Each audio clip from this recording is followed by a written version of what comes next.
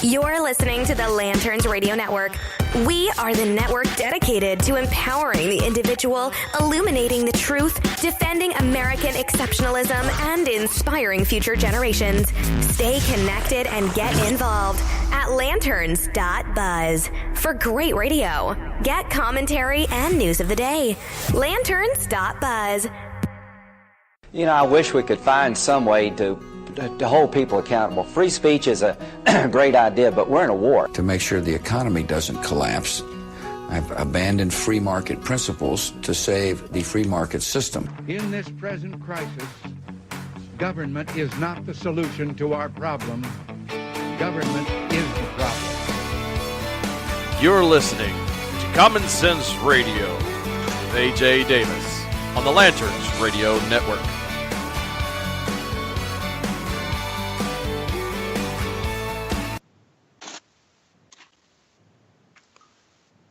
I am blessed and highly favored. AJ, how are you doing?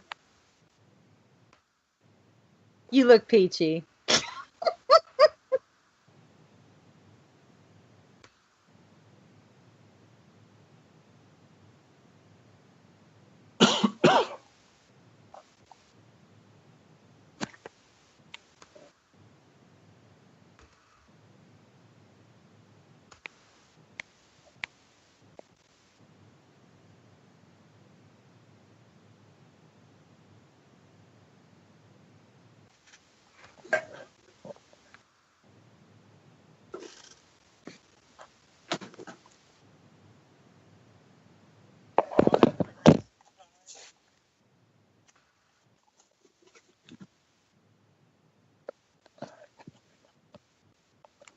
I am doing well. Can you hear me?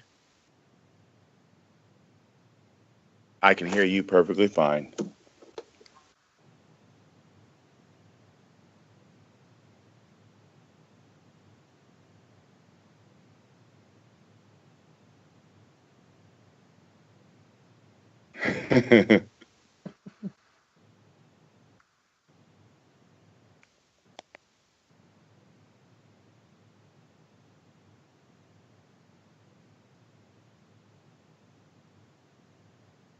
Well, you know, I've been blogging since 2004, but started radio in 2014.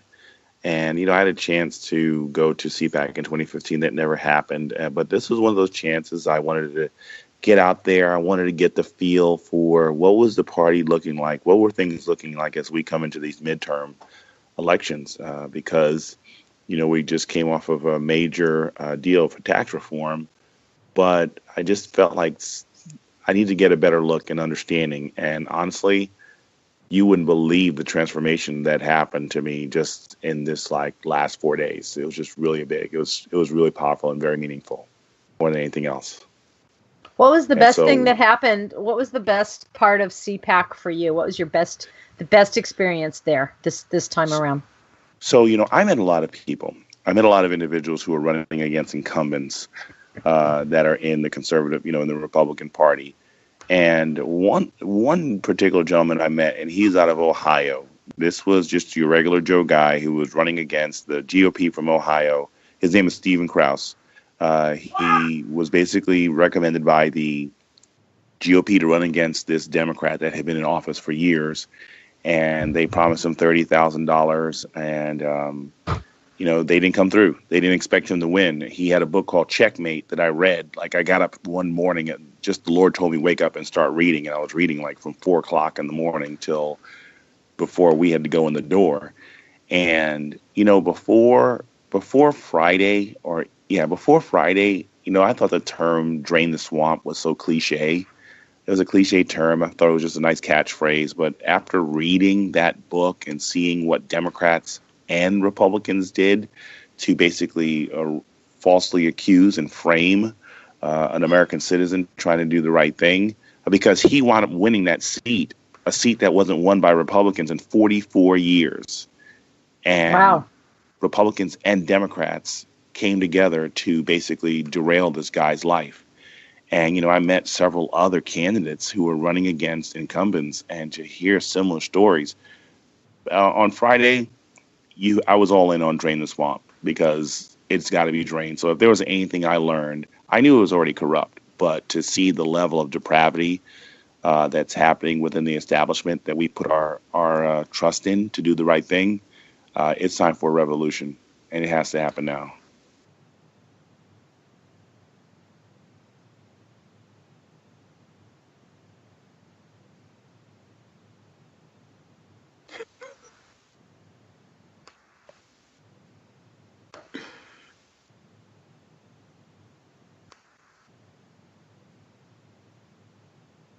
Yes.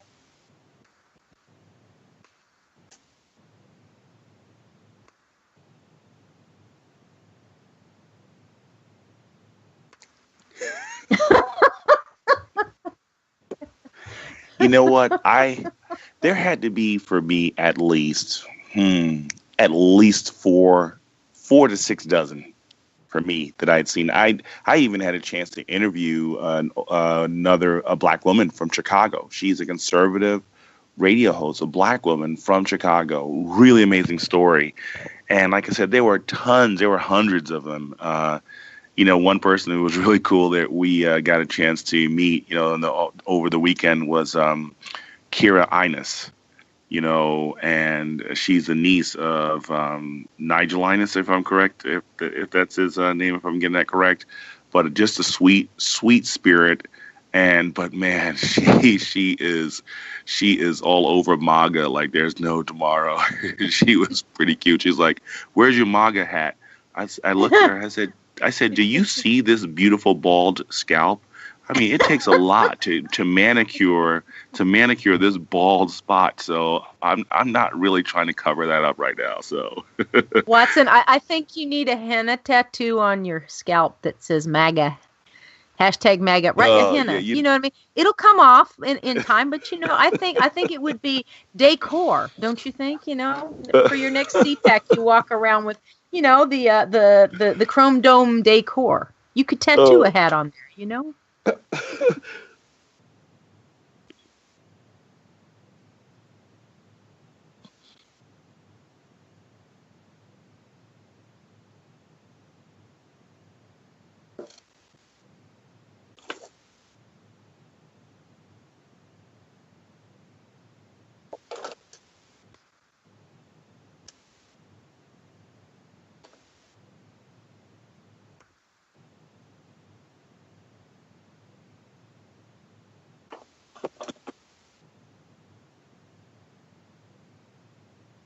yeah.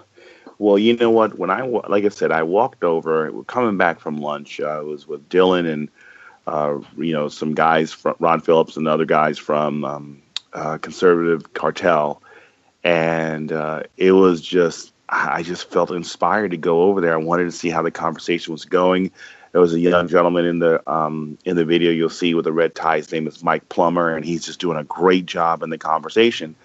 And I felt just led because I'm thinking, okay, if this guy is going to hit me with any liberal talking points, if this guy's basically going to try and appeal to my minority senses, he was going to be in for a shock because there was just no way that I would support. And every time he tried to use liberal talking points, liberal progressive talking points, I'm like, let's shut that down.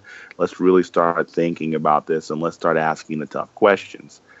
So as he sat there and, he tried to say, well, I'm not talking about the AR-15, but he is talking about the AR-15. I was like, well, where do you draw the standard?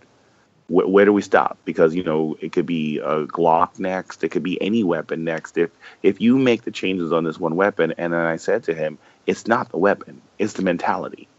And trying to get to that conversation, about, that other weapons have been used to kill people, and, it's not the AR-15. And I told him I think it was irresponsible. Oh yeah, that what wasn't caught on the taping was that I told him I think it's irresponsible to blame the NRA. Completely irresponsible. Now, Watson, I got to ask you something, because while you were at CPAC, that's when this school shooting happened, wasn't it? Was it day 1 or day 2 of CPAC when the Parkland school shooting? I think it might have been the day before, actually. Okay. Oh, no. Yeah, no. Was it? Oh, wait, no. Parkland shooting. No. It was a week before. It was a week before. Okay. Yeah, it was okay. a week Then before this. Yeah. So you knew, in other words, that it was going to be. Did you anticipate kind of the Dana Lash NRA backlash? Did you see that coming from the moment that CPAC started, or was that something that built during the time that you were there? Well, you know what? It was interesting. That gentleman was the only one that I'd seen out there, and there was another funny picture that someone had taken that someone had a projector, and they used a projector. It was pretty funny. But you know what? As we were talking to that guy, this one woman passed right by, and she was like, "There's no use talking to those red tags," and she just kept going, and it was kind of like, it was like she flew by, and I was like, who are you? I want to talk to you, but it was just so quick. I said, "Oh yeah, I'm not gonna waste my time with her because obviously she's already closed her mind off to any kind of discussion." So I figured, you know what? Let me continue to have this conversation with this gentleman and just see where it was going to go. So honestly, I was expecting a whole lot more protests. Well, but, that's my happened. point. My point is that all that I've really seen from CPAC is all about the NRA protests and the Dana Lash moment and things. And I'm just wondering how much of what was really on the floor, because I've been at CPAC before, and so I've got a sense of the rooms and what was really going on in Radio Row. How much of that really was all about gun control, gun safety, versus all of the other different, issues that typically come up during, a conservative gathering. It's not, we don't usually just go there to talk about gun control. Did the time get really dominated by, the Parkland shooting and the NRA and all of that, or were there other issues that were discussed? Well, I pretty much stayed on Radio Row. I just interviewed as many people as I possibly could. I made relationships and friendships with a ton of great people. And, the NRA had a corner booth that literally looked like, it looked exactly like how, they do during the NFL, during the Super Bowl. And they have like those big tables and they have the commentator speaking, and they were just running people in and out. I mean, it almost seemed like it was just 24 hours, 24/7 it was running. And so that is, I think, where the conversation, the talk, and things like that was happening there. And I think everybody else just really took everything everywhere else in terms of the videos and the topics that they were talking about. So for me, I know that I heard many of the programmers and the broadcasters talking about the gun control and things like that, but it really wasn't. Like, I don't think it was dominating the conversation. Maybe I could be wrong, but I just didn't feel like that was the air. I felt like, for me, it just felt like these are new faces that I was seeing. These are new people who were sharing bigger issues than even what happened in Parkland. I mean, again, it was a tragedy, but meeting this one young lady who's basically going against the teachers union in California. I mean, cool. Yeah, exactly. To hear her, meet another woman who's written great articles and books, in England as they look at, as England is falling apart. So those are just the things that I just kept my mind focused on, and really I just feeling like the Lord were just pushing people in my face. Like I interviewed the gentleman who's running against Tim Kaine in Virginia. Excellent. I met, Sharon Engel. She was in the booth right next to us, and I had a chance to talk to her, and she even let me pray for her before leaving on Saturday. So there was my point is there was a lot more going on there than just NRA, because I think my impression, and it's just my bias, but I think the only thing the mainstream media is letting most people know about CPAC was NRA, Dana Lash. That's it. That's all that I've seen coming out of it, as though nothing else were ever happening. Correct. Well, of course, but Wayne LaPierre is he's the de facto head of the NRA, et cetera, et cetera. It's all, but that's the only thing that I think the media wants to have come out of CPAC, because they don't want to report on really interesting developments in the conservative blogosphere, if you will. They want to encapsulate it. They want to prepackage it and then make it all sound like that's a bunch of pro-gun nuts. That's what all was happening over at CPAC. that was that's my impression, and I wanted to see what yours was, Watson. If No, there I was agree. really, yeah, I agree that they wanted to give the impression that we were nothing but a bunch of gun hungry people. But literally, even when we were in the restaurants, at the bars and the restaurants, and you can tell that there were definitely people who were there who were not conservative. I mean, but was there any kind of rebelling or anything like that? None whatsoever. Just people just enjoyed themselves. Drunk people riding mechanical horses, and college kids with really bad tone deaf college kids singing karaoke. So if there was a slaughter, if there were, you know what? Honestly, to tell you the truth, I was looking. I was desperate. I felt like I needed a cleanse, but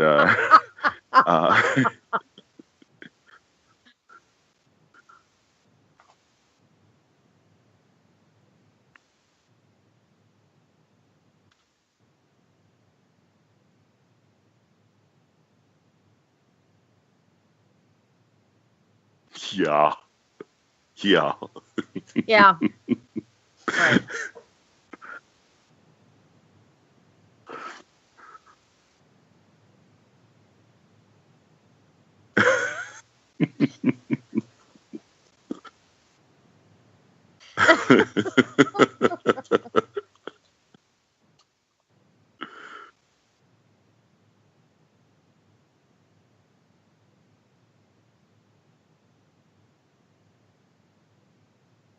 Oh yes. Yes.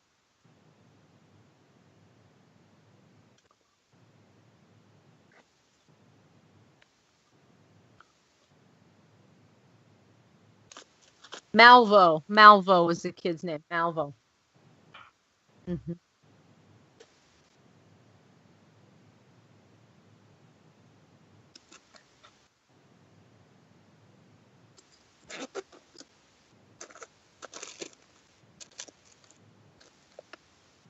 Yeah.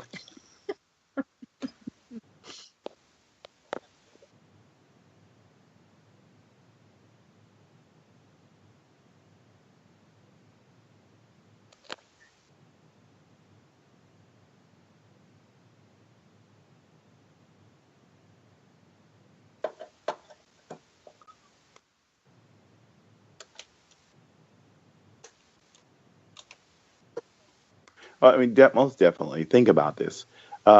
Most people do not get their information, their news beyond social media. Most people are too lazy to do things like, oh, let me turn to another news station, or let me even pick up a newspaper. Microwave information is basically what they're looking at, and most often they're not going to sift out exactly the data that they're looking at. And so they move on emotion. You remember in my conversation with that gentleman who was saying shame on the NRA, I said, sir, we need to have a conversation that's devoid of emotion. We need to have a clear mind so that we can actually approach the situation and says, one, is this data true? Two, really, is this data true? Yeah. Because of the fact that we know that it is often going to be distorted. And you're right.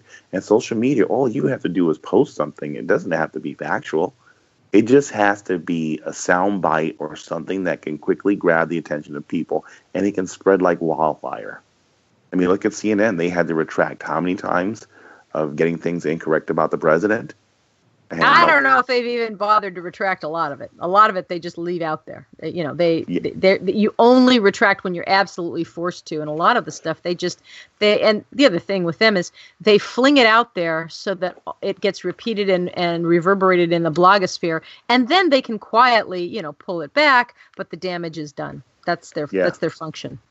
Yeah, that's their function, and unfortunately, how many people are not discerning enough to realize, hey, you know what? Maybe I should really be a little bit more discerning here, and instead of just running off at the mouth, but really verify that what's taking place is really true. But most often, we're too lazy to do that. So, AJ, yeah, social media, you're right, it's going to drive you. And yes, Susan, CNN is not going to retract, or they'll do it begrudgingly. And at that particular point, America will be on fire.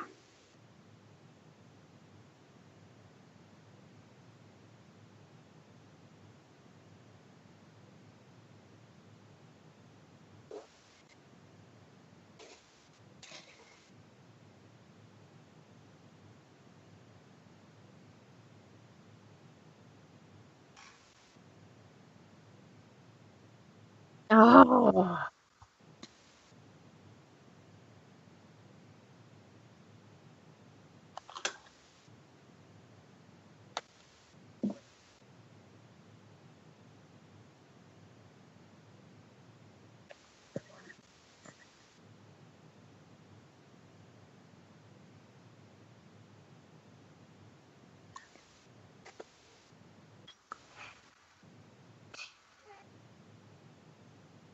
Yeah. Well, you know what's really interesting is they were dealing with Le Pen, Marie Le Pen. Marie Le Pen. Marie Le Pen. Le Pen. You know, the thing is really interesting about her, and honestly, I think pretty much it was like people were like, just like get her in, get her out. Let's get the focus back on everybody else. Yeah, she's a big ticket name that's in there. Would I have agreed with that?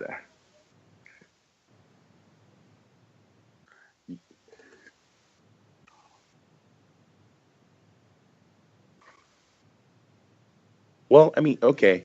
So here's my take on this whole aspect. Was she a great decision to bring in? No. Now again, I don't know the mind of why they would do this.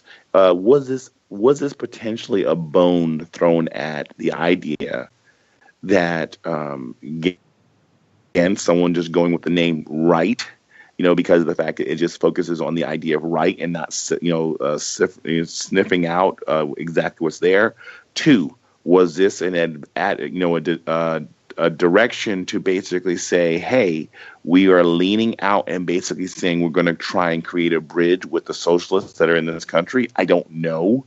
I would hope not. But at the same time, too, was this the breadcrumbs to maybe create a new bridge between not just looking at everybody who sounds and talks like us, but and I'm not saying that this was the reason behind it, but could this have been a breadcrumb to building a bridge between conservatives and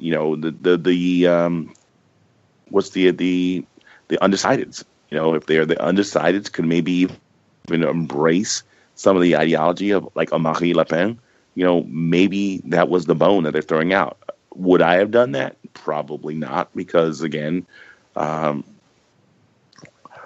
of the fact that it sends conflicting messages. And what? Yeah, go ahead, man.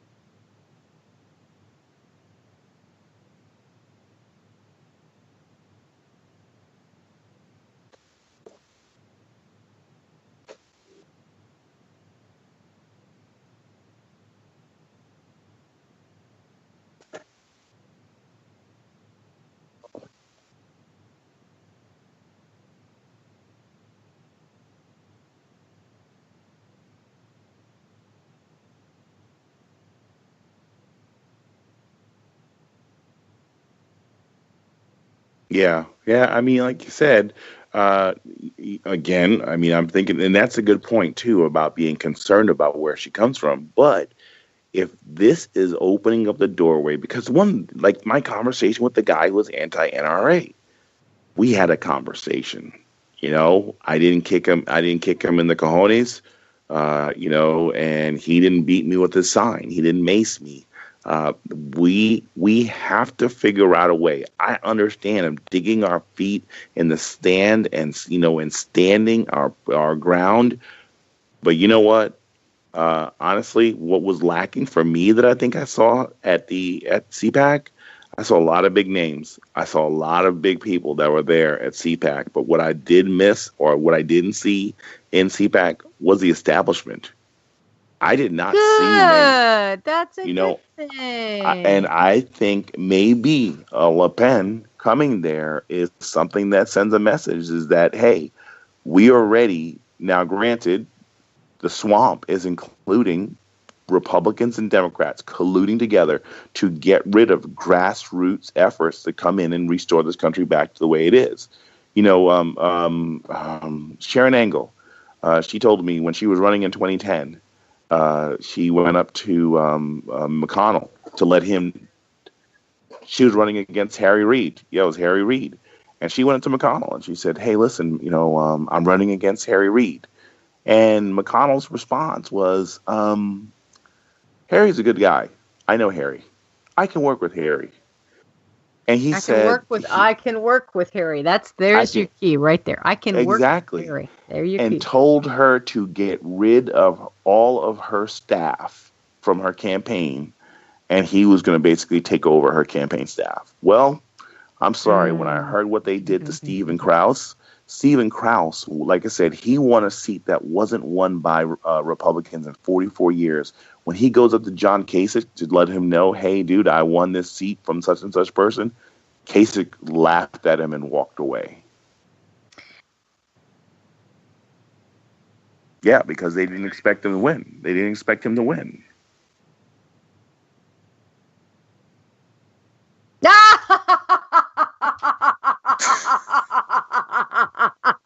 I remember that. Yes. Oh, yes. Yes. Touche. A little bit of political inside humor, and if you guys, not everybody, maybe it might have caught that, but that's just because you're normal and we're a little bit too inside with the political stuff. But oh my gosh, that's AJ. Touche, AJ, touche. As Marie Le Pen would say, touche. Touche. Oh man, that was good. Okay. But yeah, so honestly, I thought that was really weird. That there were just names that you didn't see. I mean, the fact that you even had Nigel Farage there. I mean, wasn't he the typification of get rid of wasteful positions? Get rid of these people who should not be here in government, taking up taxpayers' money, and the very people who want to stay comfy in their positions were nowhere to be found. Nowhere to be found. And I thought that said a whole lot. Very troubling as I sat there. It's funny, too, as I was waiting at the airport for my flight, I was talking to this gentleman, and he's like, "Hey, look who just walked in the door." And it was Eric Holder. I took a ton of pictures of him, but I've got to process the images in Photoshop to see if I can clear it up. But it's just, like I said, it's just really interesting to see, to get the feel. Well, what was interesting too, though, was seeing all the young people that was there, and you know what, something you were saying, AJ, and was the concern that people were concerned about the whole idea of Marine Le Pen being there. And that here's a socialist from out in France, and these young minds who may not know better, who may not know the information, that all they are thinking is pro-America, and then they may embrace an ideology or doctrine that's truly contrary to what we believe or what we promote in America. So it's interesting. That was a very interesting point. Because there were tons of kids who were there who were under 25 years of age, and it was just really powerful. Because I've even posted pictures. There's a Hispanic guy that I'm going to be interviewing soon. He wanted to bring a sign, "Hispanics for Trump." Another kid, Muslims for Trump. I mean, and these kids are young. They're ready to go. They're primed to make a difference. And sadly, I would hope that that our party or the conservatives would not, eat them up and spit them out and completely leave them twisted up from any sense of what direction's right or wrong. Government can screw you up, and I'm really praying that doesn't happen to the bright minds that I've seen this past weekend.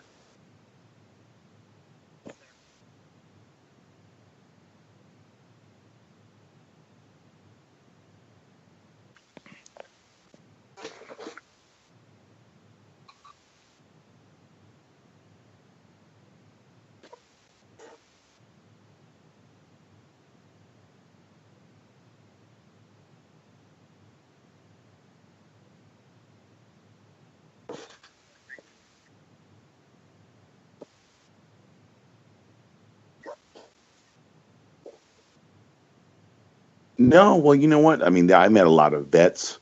Some really impressive guys. Some amazing heroes.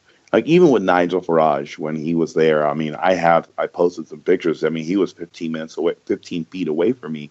I could have run and get a selfie with him.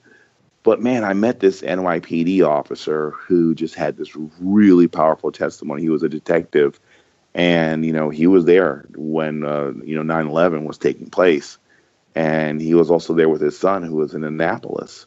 And so I was like, okay, Nigel or the detective? And it just, without a shadow of a doubt, I didn't think twice about it. It was a no-brainer. I went right to the detective and I interviewed him just to hear exactly what they're doing and just the powerful story. So I met Tim Payne was another, wounded warrior, another warrior who was disabled because he got blown up, I believe, by an IED. But man, to hear this guy's spirit and determination, it was just really amazing. Other vets like Alan Chesser, who's running in North Carolina near where Dylan is. It was just countless individuals that I was running into and being able to see the spirit and the energy. Oh, and then I ran into another person who's running against Andre Carson here in Indiana, one of the worst congressmen we have ever. And he only came in because of nepotism, because his grandmother held the position before him. So, meeting this individual, JD Minier, I am excited to come alongside and help this guy succeed because Andre Carson has got to go. He has got to go. He is a liberal progressive Democrat who has high anti-American sympathies with very troubled Muslims. Like he met privately with Louis Farrakhan and the president of Iran, and the president of Iran. He also even met with Erdogan from Turkey. And it's like, what are you doing, dude? And he only shows up around election time, but he has done nothing for his constituents. He's done nothing for Indiana. He has a 5% effectiveness rating because that's how absentee he is in his role as a congressman for the state of Indiana, or even for yeah. Yeah, really. Yeah.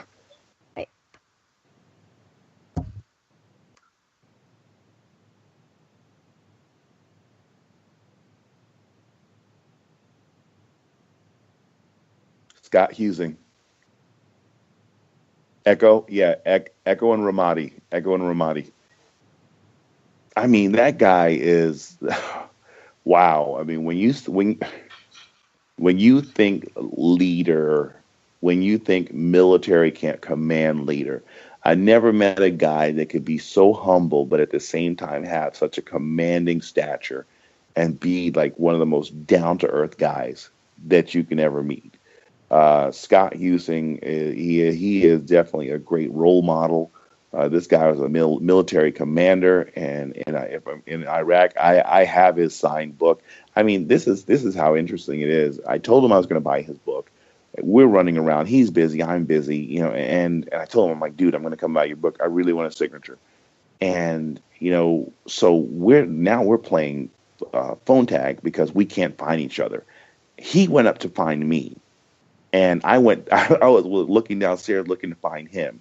And he waited at his booth, where they were selling his books until I could come back. And so that he could personally say, I did not want to leave, dude, without signing your book because I said that I was going to do. I want to be a man of my word. And he was a man of his word. And so, yeah, Scott, really amazing guy, really amazing. And the story that he shares, wow, it's just powerful. So I can't wait to read Echo and Ramadi.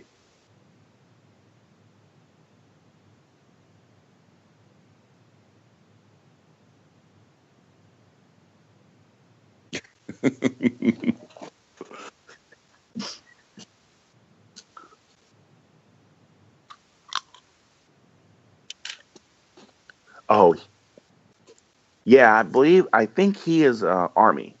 That's Tim Payne. I believe he was Army, and it's really interesting because when you hear his story, and he sits there and he talks about the whole idea is like he feels like his life was a failure because he failed at this training level, he failed at this training level, and I'm sitting there thinking, I'm like, dude, you're doing something that less than 0.5% of the population does, and that's actually enlist and actually serve.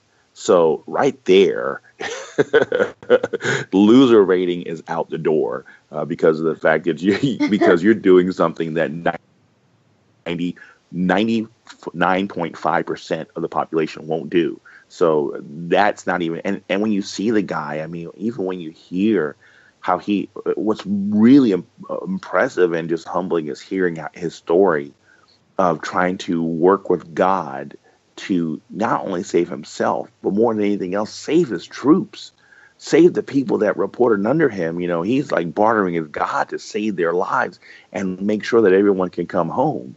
I mean, he was willing to take injury just so his command, the people under his command would be able to return home and go to their families. I'm just like, wow. And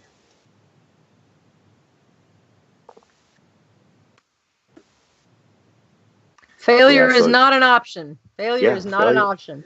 And I think if there was a message on that, it definitely was that the spirit of the people who were there, I'm telling you, they were positive. They were pursuing this. They were eager. And I really believe that, I'm really looking forward to seeing a lot of incumbents basically shot down, that they no longer have to be in their roles and their positions, occupying space, and put people in there in positions of power who can actually start changing and really pulling out some super political Drano and cleaning the swamp, because it's we're needing it, guys. Political Drano. Yeah. Political Drano.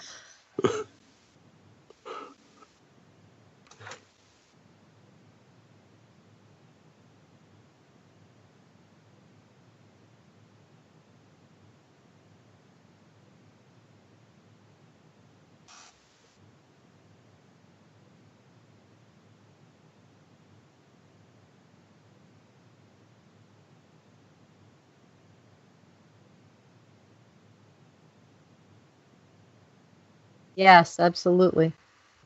Well, I mean, I'm hoping that we can get the whole team out there. I'm hoping that we can get everybody out there. You know what? That was the other thing that was really cool when we were out there. We had a couple of technical difficulties, and you had Ron Phillips from the Conservative Cartel come alongside and work with us to get some of our technical glitches out of the way. And normally you'd think, this is a dog eat dog world, and it's like, no, if you fail, that's fine, because that makes me look a whole lot better. But here was a guy that took at least an hour, 2 hours out of his time just to get us, get some of the glitches that were facing us out of the way. So I really thought I saw something there, man. That here's teamwork. That people can cross the lines and help each other, because at the end of the day, it is breaking down the strongholds of the establishment. And we can't do it if we're divided when we're out there. We've got to be a united front. And I really believe that united front is really what's going to make a huge difference. Like I said, I'm campaigning for, someone here in Indiana, someone in, Ohio, another person in Virginia, another person in North Carolina. I will even do as much as I possibly can for even Sharon Engel, so that she could be successful, because Reed's got to go. A lot of these people have to go, and we need to get the replacement. And it needs to happen. And I think as we all come together, as we represent the silent voice of Americans who have been crying all this time, looking for the move back to traditional spirit and hope and honor and integrity of America, I think we all have that front row seat and seeing this take place. We just have to continue to just spread our voices out there and let people know, keep them aware and awakened to what's really happening in our country.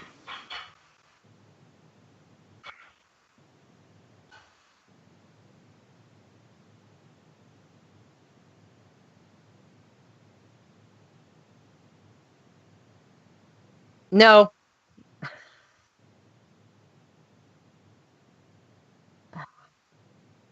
You mean Alan Schiff, Shifty Schiff?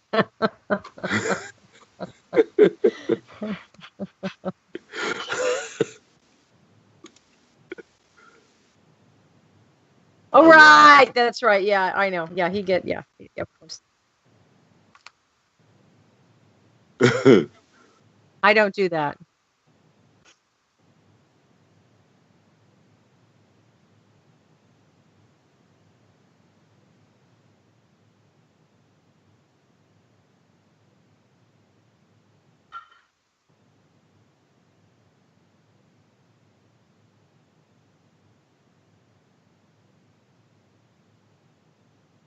Well, thanks for having me on your show. I really appreciate it. I'm honored by that.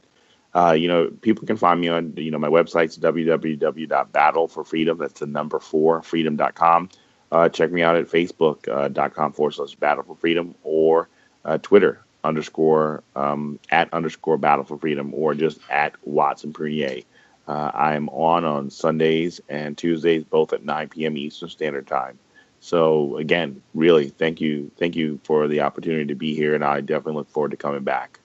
And I'll be check your Twitter, because I'm going to send you a picture of my takeaway, or not my takeaway, but one thing I did that was pro MAGA, and I think you'll really enjoy it.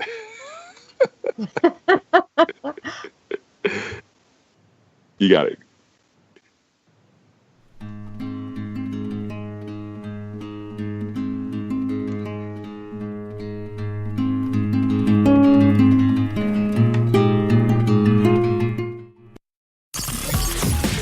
You're listening to the Lanterns Radio Network. We are the network dedicated to empowering the individual, illuminating the truth, defending American exceptionalism, and inspiring future generations. Stay connected and get involved at lanterns.buzz for great radio. Get commentary and news of the day. Lanterns.buzz.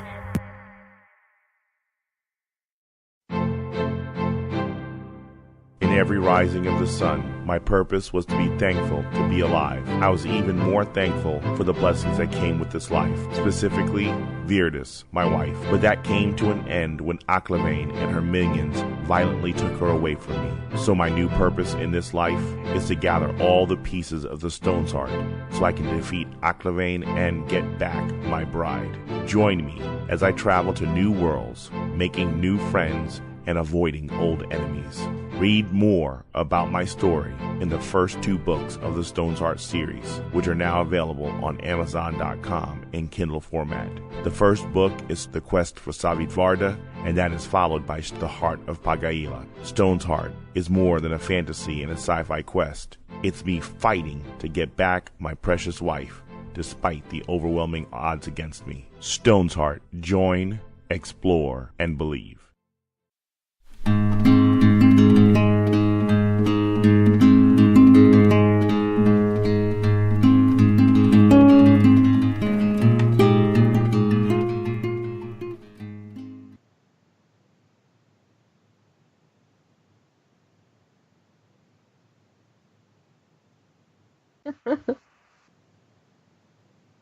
He was, and it reminded me of the time that I was at CPAC last year. It was so much fun, and I'm so glad he got to go. And I miss being back there with those guys. They are so fun. Dylan is just great, and I remember Radio Row, and I'm so glad that we got to have Watson's take and to hear all of the different things that are going on, that it's not just the NRA in the corner there, that there's lots of other things going on, and that there is that grassroots out there still challenging the establishment. And I liked to hear that. That really made my day.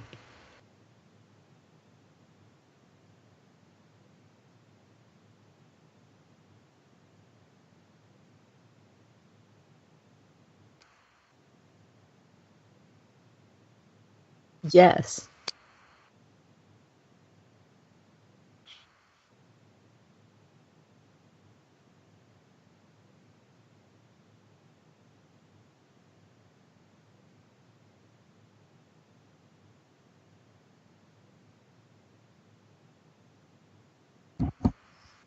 Oh yeah, I re-upped mine.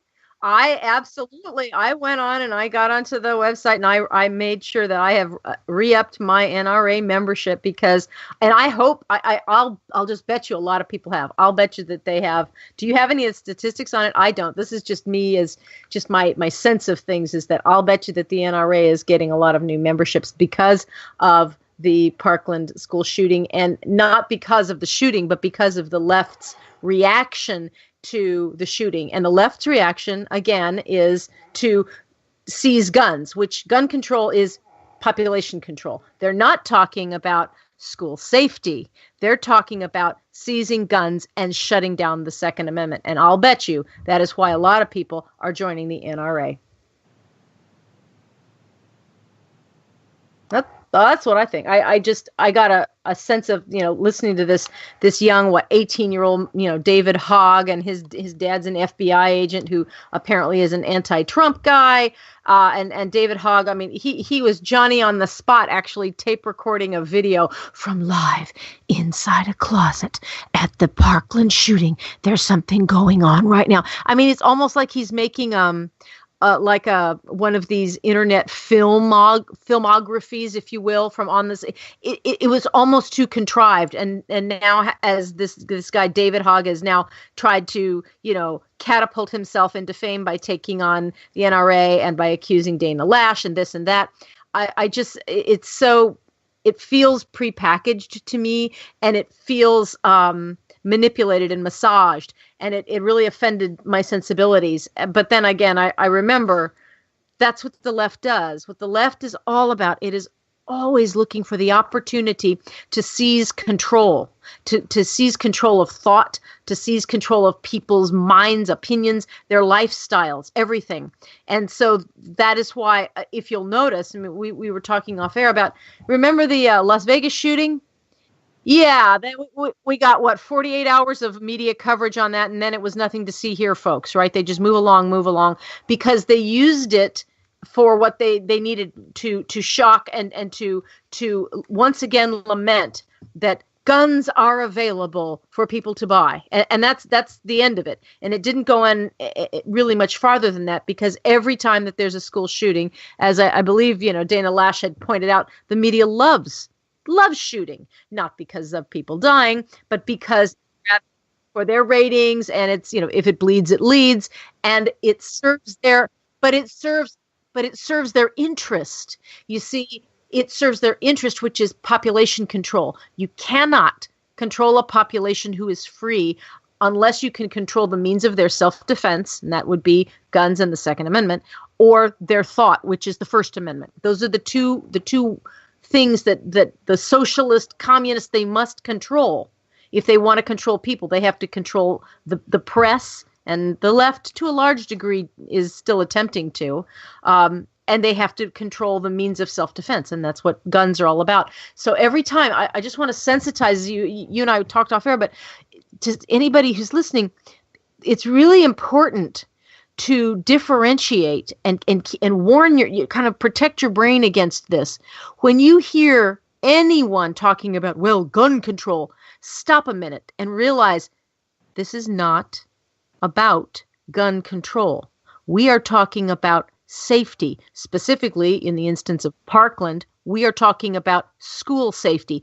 What will make schools safer today, facing such imminent threats as a multicultural onslaught, different religions and different folks and everybody coming into school, and they all got different ideas, right? Okay, that's today. We're not in the 50s anymore. We can't go back to the 50s and say, okay, everybody has the very same experience. So what will keep people safe in schools, as we talked about couple shows ago? Well, metal detectors will, and armed guards will. And as someone had tweeted and you had passed along to me, and I forgot the gentleman's name, but he said, look, we need to arm our art teachers. We need to have concealed carry art teachers, physical education teachers, driver's ed teachers. Everybody on campus ought to be able to have a concealed weapon and be able to draw down on anybody who decides that they're having a bad day and they want to take their teacher out with a gun.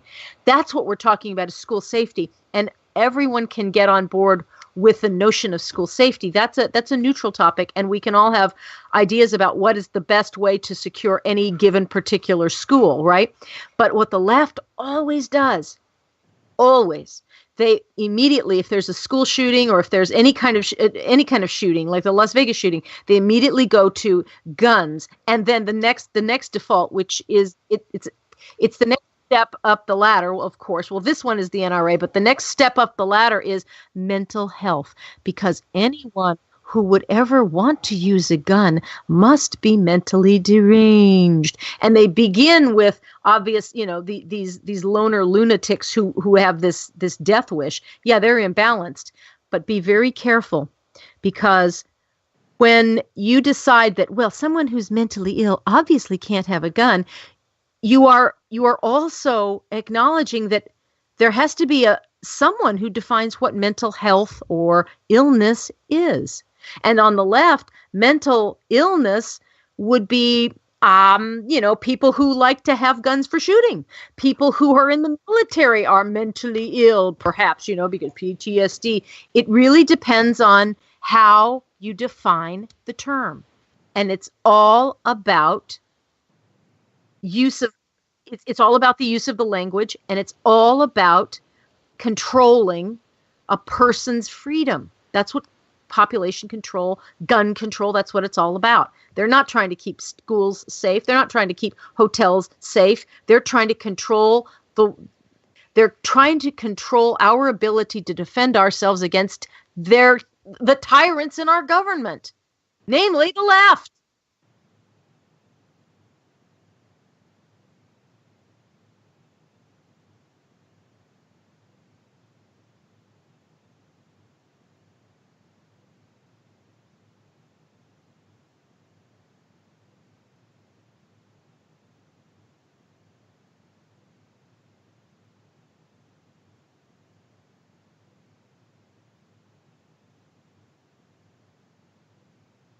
Oh, yeah.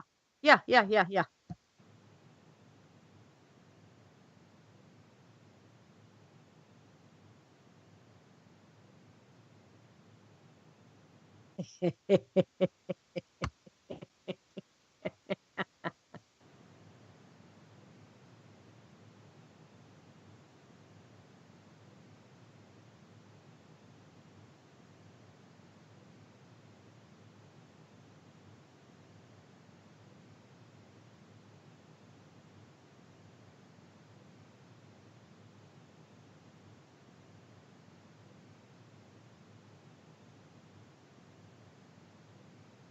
Hertz and Enterprise.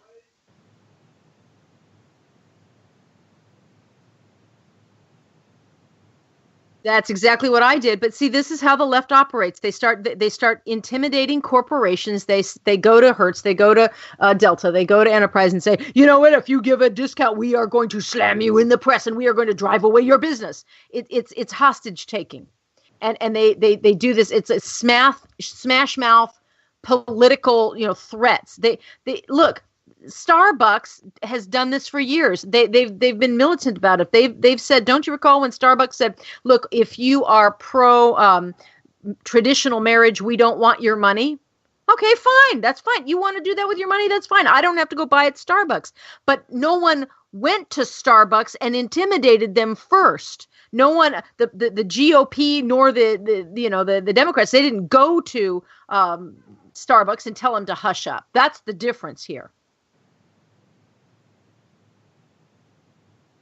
And anyway, I do digress. But remember, at the end of the day, this is about gun control and people control, and it should be about school safety. And I know that that's about all the time that we have. And if you liked the show, you can find us at CNS Radio 503. Is that our hashtag, AJ? CNS Radio 503. We so need a jingle. If you guys have a jingle, please give us a jingle. So CS Radio 503. You can find me on my social media is at Real Susan Swift, at Real Susan Swift on Facebook or on Twitter or Instagram or across the net. And AJ, where can they find you?